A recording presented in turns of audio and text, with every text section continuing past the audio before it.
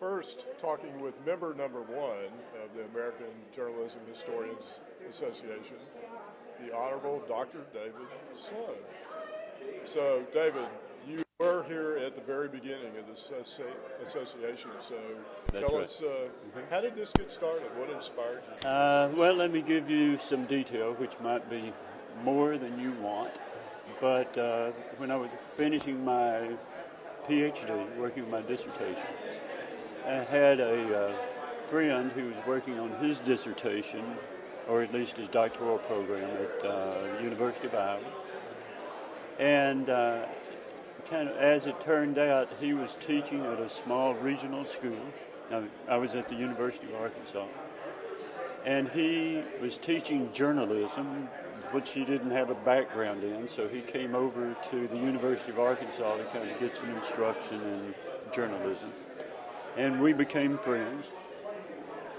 Then when I was working on my PhD, he began working on his PhD. His name is Gary Whitby. Whitby, Gary Whitby.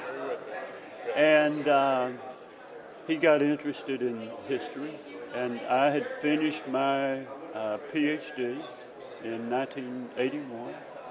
He was still working on his dissertation at the time. We had a co-authored conference paper that we were presenting at the National AAJMC convention in 1981. And we drove, because he was afraid of flying, a long trip from northwest Arkansas to Lansing, Michigan, East Lansing. And just during the return trip, we were having conversations and kind of lamenting the fact that journalism history didn't have more visibility. And so we talked a little bit about it would be nice to have some efforts that would kind of increase the opportunities and prestige or visibility for media journalism history. And I remember telling him, you know, it would be nice if we had an organization that would serve journalism history. And we kind of forgot about it after that. But then in October, I went to a conference of the Southwest Journalism Education Council, something like that, down in Texas. I think it was at Fort Worth, maybe. And Don Avery, who had just finished his PhD and did a dissertation on the same time period that I had done mine, which was the early 1800s. And we were talking about something like, I wish there were more vitality in the field, and we carried on some conversations. And then, I can't remember exactly when, I probably have it in notes somewhere, but you know, we were talking about an organization, probably at that conference, I would imagine. Because when I got back to the University of Arkansas, where I was teaching, I think I must have told him, well, I'll make some efforts. And so when I got home, I started trying to identify people throughout the country who were interested in history. And once we started kind of developing the idea. Gary said, well, he would try to start a journal. And I wish I could remember the details now, but I did the correspondence, just letting people know. So where'd y'all do the first meeting? We had the first conference on the campus of SMU in Dallas, Texas. Mm-hmm. Right. And that was not the fall of 1982. Okay. Mm-hmm. And you became the first president? No. I do remember, I mean, if you want some real specifics, I remember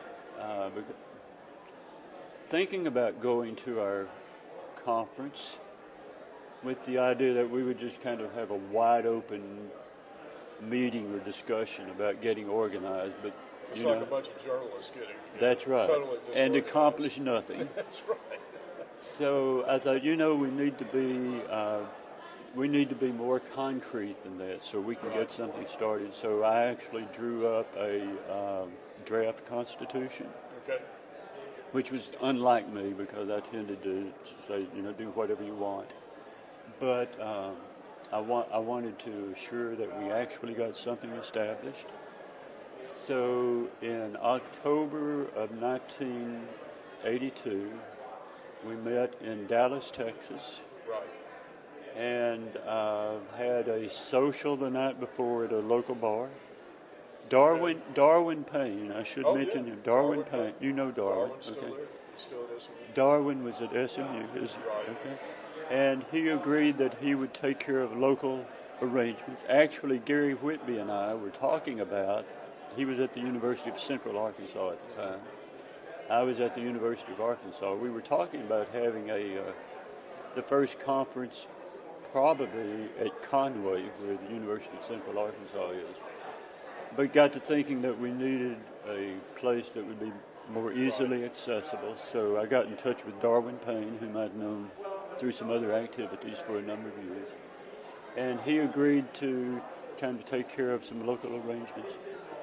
And in the meantime, I sent out letters to everyone that I could imagine who might be interested. And we had a number of people, professors, indicate they were interested, some of whom couldn't show up at the conference.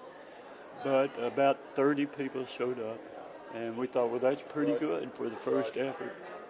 And I had already kind of created a draft constitution because I didn't want us to leave that first meeting with kind of everything up in the air.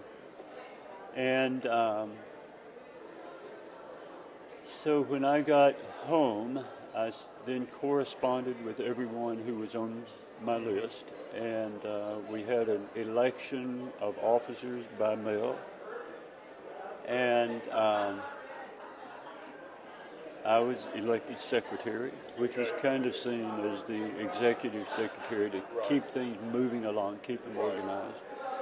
And Don Avery, who was at the University of Alabama, was elected president. And Jay Snodgrass at Florida A&M was elected vice president.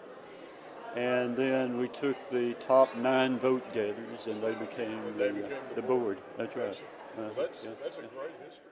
Well, thank you.